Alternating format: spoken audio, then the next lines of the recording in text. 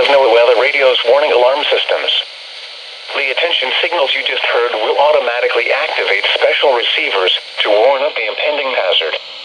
Reception of this broadcast and the warning alarm feature will vary with distance from the transmitter. This test is conducted each Wednesday between 11 a.m. and noon, but may be postponed if there is hazardous weather in the region. In that case, the test will be held on the first available good weather day. We now return to our regular programming.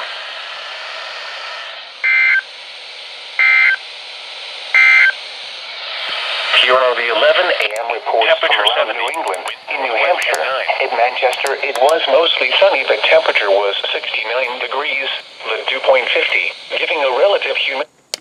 Alright. Now we wait on Norton, who I don't think realizes it's Wednesday.